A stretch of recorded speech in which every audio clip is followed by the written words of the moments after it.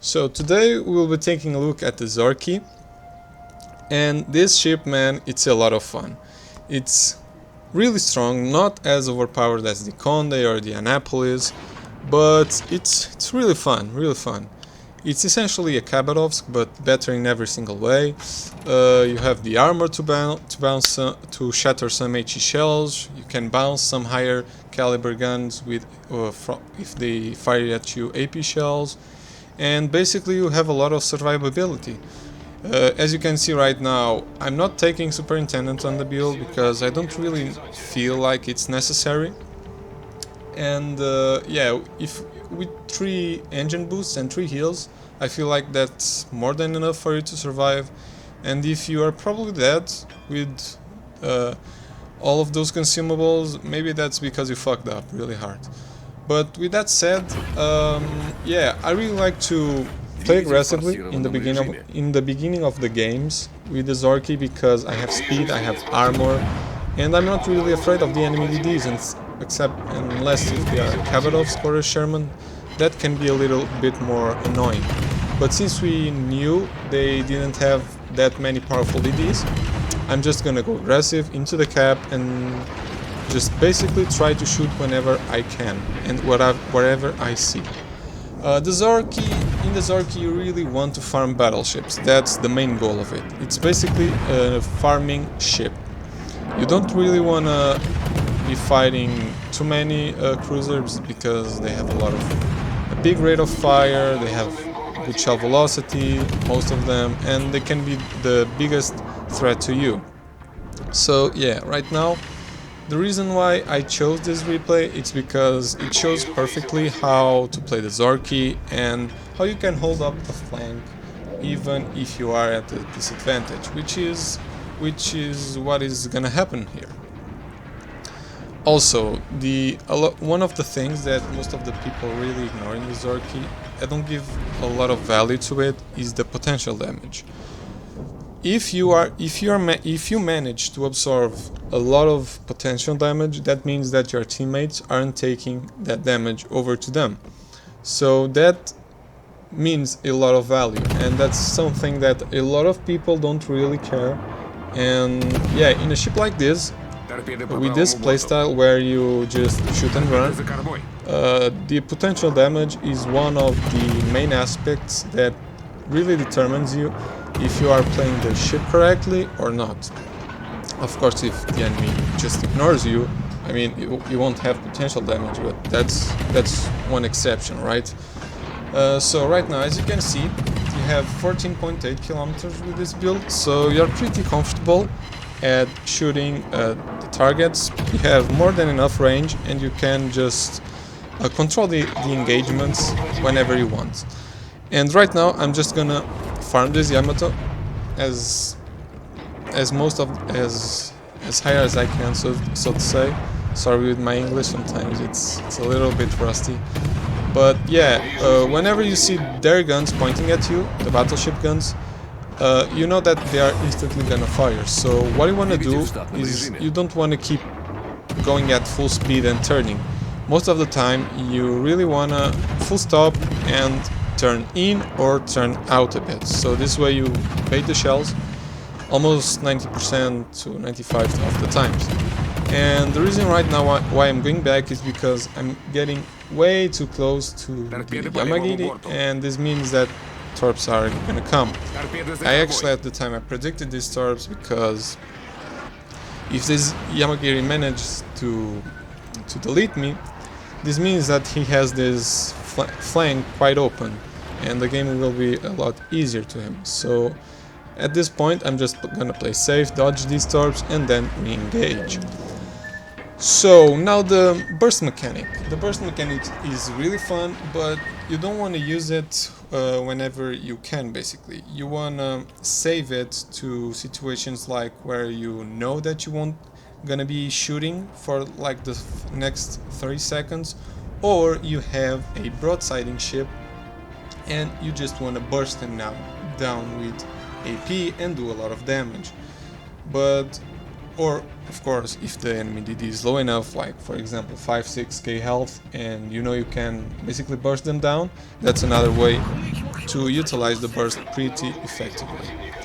So as you can see right now, I'm just gonna farm these ships. That's pretty much how you play the Zorkiy. You farm, you shoot, and you dodge.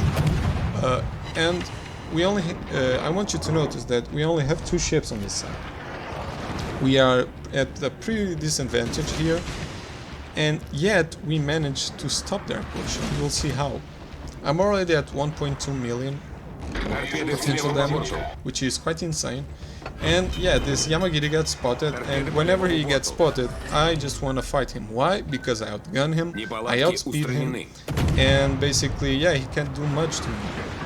He went dark for a bit, so I didn't have really time to react to that. And while he's undetected, I'm just gonna keep my momentum going, which is farming battleships. He shoots, he makes a big mistake. You should never be doing this.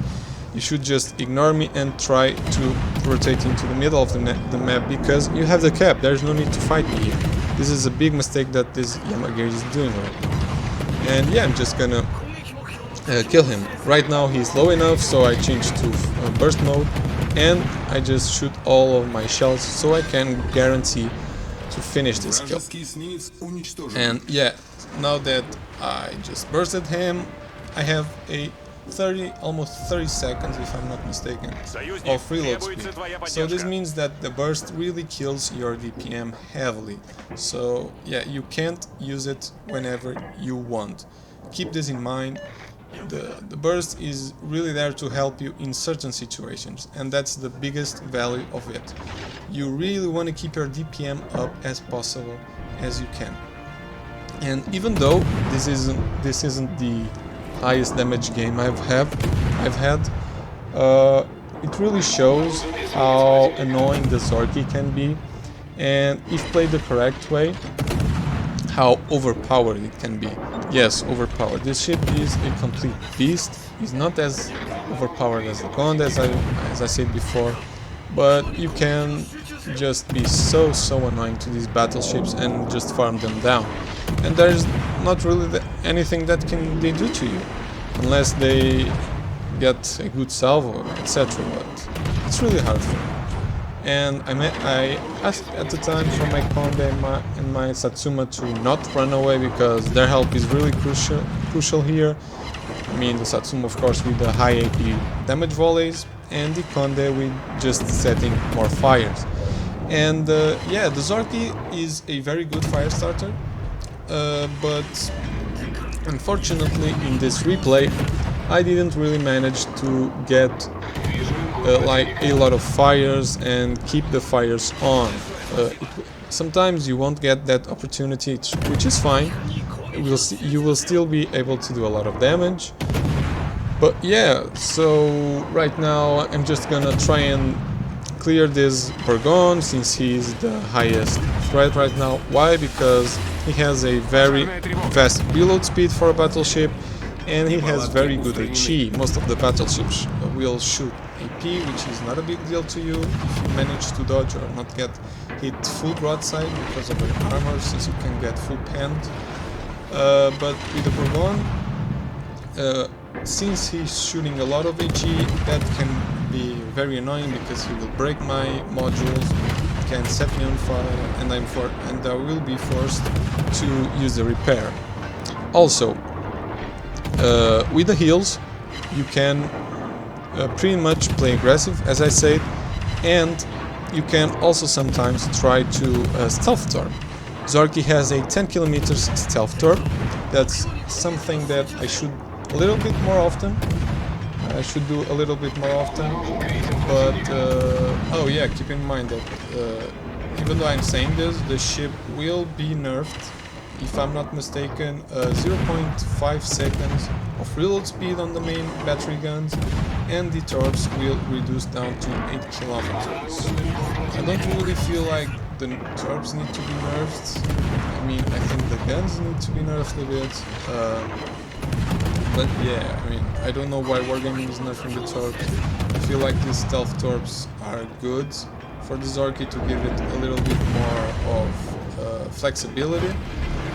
But yeah, I mean, 0.5 seconds, I don't think that's a big deal on the Zorkiy. Yeah, you lose a little bit of DPM, but I mean, let's be honest, you're still gonna be doing a lot of damage. And yeah, as you were able to see here, I'm basically at 2.5 million damage. The enemy battleships have been constantly shooting at me, and I've been able to dodge most of their shells, and I'm still at 20k health. I'm pretty healthy. The game is completely over since we were outnumbered here, but the enemy weren't able to do anything. And with that done, my team were able to win the other side of the map and, so to say, push to the victory. And yeah, I comment in the chat, 2.5 million potential damage, which is amazing. And yeah, now I will just clean up the rest, basically farm these battleships so I can get my normal stats. And yeah, actually this game it's slightly below my average game, my average damage game, which is pretty unfortunate.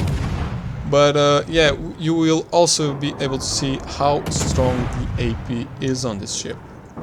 Yes, whenever you see a battleship full broadside to you, or basically a cruiser or ADD, which that is not like thin, like the Japanese DDs, so you don't get overpans. Yeah, you should definitely use the AP because it's really strong, it does a lot of damage, and with the burst salvo it can be pretty devastating.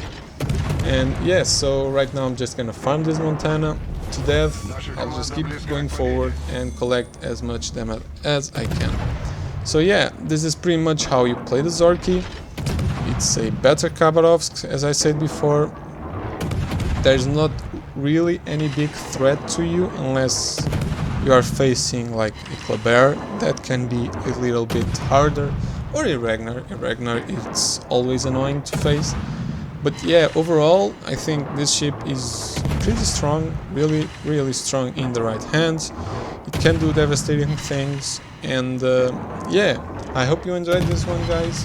Thank you for watching, and enjoy the final burst salvo of AP that you will see if you are still here. So yeah, thank you so much, guys. I'll see you on the next one. Peace.